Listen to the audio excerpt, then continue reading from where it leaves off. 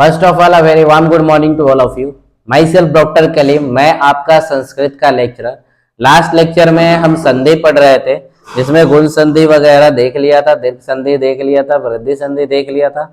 अब हम जो आज स्टार्ट करेंगे अयादी संधि।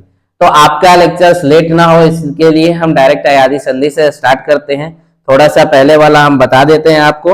लास्ट लेक्चर में हम यन संधि तक देख लिए थे। यन संधि का सूत्र क्या था? इको यंची, यानी कि अच के स्थान में अगर यन हो तो यन हो, अच के स्थान में इक हो तो यन हो जाता था। ठीक है, जिसका एग्जाम्पल भी और ट्रिक भी हमने आपको लास्ट लेक्चर में बता दिया था। अब जो हमें स्टार्ट करने जा रहे हैं अयादी संधि, तो आइए स्टार्ट करते हैं। तो अयादी संधि का जो सूत्र होता है, सबसे पहले सूत्र देखें क्या होता है। एचो यवा यावा, यानी एचो यवा यावा इसका सूत्र होता है। ये क्या कहता है? तो ए ओ औ अच, यानी एच के बाद जब कोई भी स्वर आता है तो ए को ए को आए और ओ को औ और औ को आव आदेश हो जाता है। अब नॉर्मल सा भाषा में समझिए, ट्रिक से क्या कह रहा है ये कि एच प्रत्याहार, यानी कि या तो ए ओ या औ के बाद, यानी इसके बाद अगर कोई भी स्वर वर्ण आ जाता है, कोई भी स्वर वर्ण, या ओ अ हो, आ हो, कोई भी ऊ हो, कोई भी स्वर वर्ण अगर आ जाता है तो क्या होता है कि ए के जगह पे क्या यूज हो जाता है? ए के जगह पे क्या यूज होगा? ए यूज हो जाएगा। ठीक है, ए के जगह पे क्या यूज हो जाएगा? देखिए जगह पे आ रहा है, आई यूज हो जाएगा। ओ के जगह पे क्या यूज होगा? ओ के जगह पे औ यूज हो जाएगा। और औ के जगह पे क्या यूज होगा?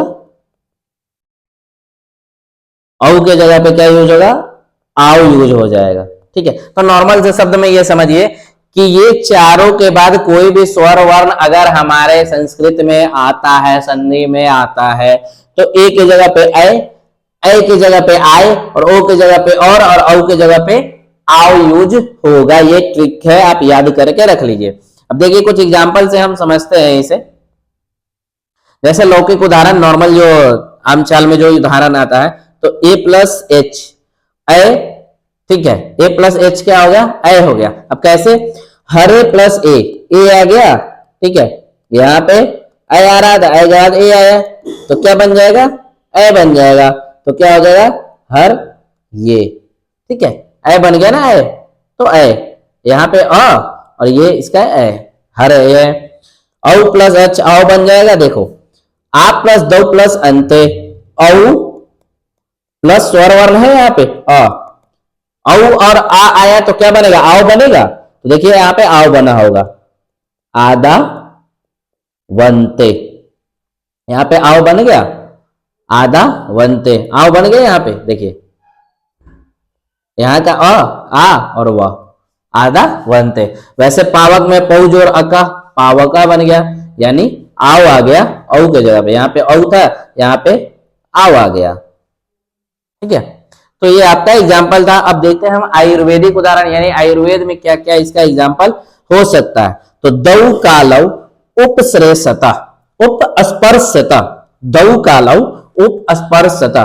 तो दौ, देखो कालव में यहाँ पे औ आया है और यहाँ पे एक उपसर्ग आ गया है उ, तो औ के जगह पे क्या आ रहा था? आओ आ रहा था।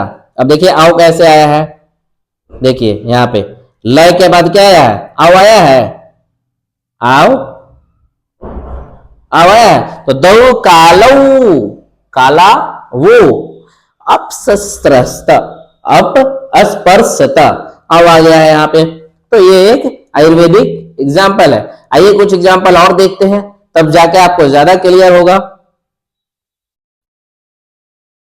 यहाँ पे देखिए, ऋतौ में ऋतौ प्लस ऋतौ, ऋता वनौ। ठीक है, ऋतौ प्लस ऋतौ, तो दो ऋतौ ऋतौ आ गया, तो यहाँ पे औ आ गया, यहाँ पे आ गया, तो औ की जगह वाह हो जाएगा, तो ऋता वरणौ हो जाता है। ठीक है, जैसे धर्मार्थो इति, तो धर्मार्थवा वीति हो जाएगा, आओ आ जाएगा यहाँ पे। ठीक है, ठीक है, व्याधौ आमस्य शस्त्रय, तो व्याधावा मासस्राय बन गया है। ठीक है, यहाँ पे क्या यूज हुआ है आपको, औ आ, क्या यूज हुआ है, आओ यूज हुआ है यहाँ पे। ठीक है, यहाँ पे क्या यूज हुआ है, यहाँ पे क्या यूज हुआ, औ यूज हुआ है। ठीक है, औ यूज, तो यहाँ पे क्या आया है, आओ आया है। ठीक है, यहाँ पे देखिए हर्षौ अनुविध्यात, यानी ये पे औ आया है और अ आया है, तो औ के जगह पे क्या आ रहा था हमारा, आओ आ रहा था। तो यहाँ देखिए यहाँ पे आ रहा है ना हर्षौ, अब आ गया अनुध्यात। ठीक है, तो उसके बाद अब देखते हैं हम पूर्व रूप संधि। तो यहाँ पे हमारा क्या यन संधि एचो यव खत्म होता है। ठीक है, ठीक है, अयादि संधि यहाँ पे आपका खत्म होता है। अब कौन सा संधि स्टार्ट होता है हमारा, पूर्व रूप संधि।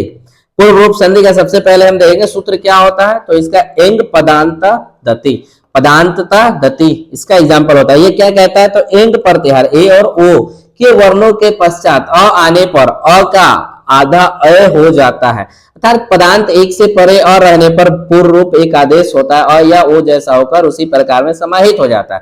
अ के अस्तित्व की सूचना देने के लिए पूर्व सूचक चिन्ह लुप्त आकार लगाया जाता है। अब देखिए क्या कह रहा है एंग परिरूपम, एंग पदांत पद्धति पूर्व रूप संधि क्या कहता है, जैसे एंग प्रत्याहार, एंग प्रत्याहार कौन कौन सा है, ए और ओ के बाद, इसके बाद अगर अ आता है या ओ आता है या ए आता है तो वो क्या हो जाता है, ये वाला साइन यूज हो जाता है, यानी एस टाइप साइन यूज हो जाता है, एस साइन यूज होता है। एस साइन को हम छोटी अ के वर्ड से भी यूज करते हैं। अब कैसे, इसका एग्जांपल देखिए,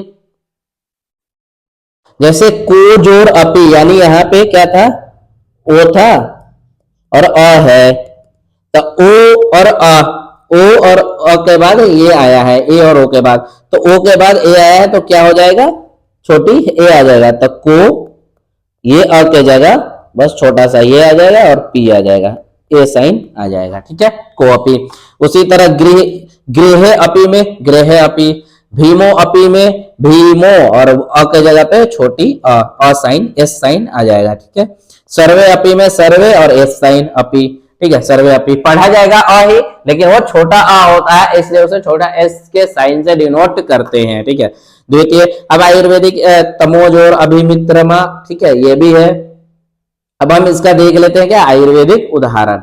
अब आयुर्वेदिक उदाहरण में देखिए जैसे है यहाँ पे क्या, जैसे में अ जोड़ अ पूर्व, ठीक है, तो परयोगे अध्याधर्म, अध्याधर्म परयोगे, यहाँ पे ए आ गया आ गया, तो ए और अ मिलके यहाँ पे ये छोटा वाला साइन ला दिया है, यानी छोटा एस वाला सिंबल ला दिया है।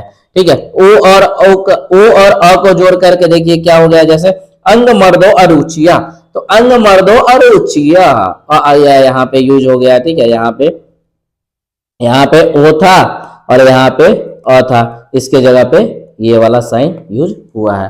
तो ये आपका था क्या, पूर्व रूप संधि। अब देखते हैं हम पर रूप संधि। पर रूप संधि का सूत्र सबसे पहले हम देखेंगे तो क्या कहता है, एंगी पर रूपम, एंगी पर रूपम इसका सूत्र होता है। यदि अकारांत उपसर्ग के बाद ए या ओ से प्रारंभ होने वाली धातु आ जाए तो ए या ओ ही होगा, यह पर रूप एक आदेश होता है। अब देखिए यह क्या कहता है कि अकारांत उपसर्ग के बाद में ए या ओ से प्रारंभ होने वाली धातु आ जाए तो ए या ओ ही होगा, क्या होगा, ए या ओ ही होगा। अब देखिए जब ये धातु कोई भी आएगा, कोई भी धातु लगेगा, जैसे इसमें एग्जांपल देखिए प्र धातु है, प्र धातु, धातु के बाद कोई भी अकारांत अ या ओ आए, और आया है यहाँ पे अ आए या ओ आए, देखिए धातु के बाद ये या ये आए तो क्या होगा, ठीक है, तो क्या होगा, ए या ओ ही होगा, यानी यही यूज होगा इसके जगह पे, कोई भी आएगा। जैसे देखिए प्र जोड़ ए जते तो प्रेजते हो गया, उप जोड़ ओसती तो उपोसती हो गया, यहाँ का अ और यहाँ का ओ मिलकर क्या बना दिया है, ओ बना दिया है, यानी ओ आ गया है। नॉर्मली ये एक डिसमिस हो गया, यानी एक इसका खत्म हो गया है। तो पर रूप संधि यही कहता है कि पर्व रूप में जो होगा वही एक आदेश, यानी वही आदेश हो जाएगा।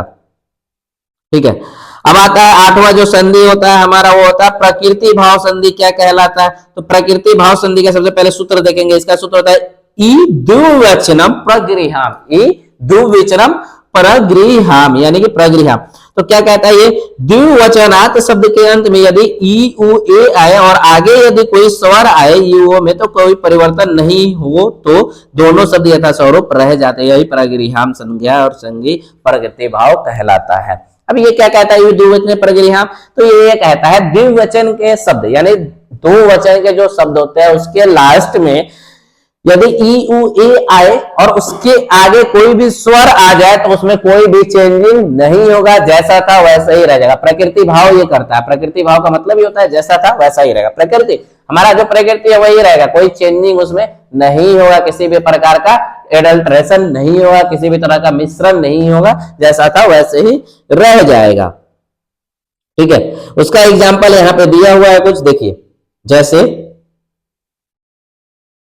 यहां पे दिया है अ है पहले फिर अ है, तो अगर उसका द्विवचन बनेगा तो आ बनेगा, उसमें कोई चेंजिंग नहीं होगा। अ और आ भी मिलेगा तो आ ही बनेगा, और ई बनेगा तो ए बनेगा। ठीक है, अ और ई बनेगा तो ए बनेगा। और इसका जो द्विवचन होगा ना, जैसे देखिए ए का ए होता है, अया होता है, आई आई औ औ, तो इसमें कोई चेंजिंग नहीं होता है, जैसा रहता है वैसे ही सेम आपको मिल जाता है देखने को, यानी प्रकृति भाव होता है, कोई भी चेंजिंग इसमें नहीं होता।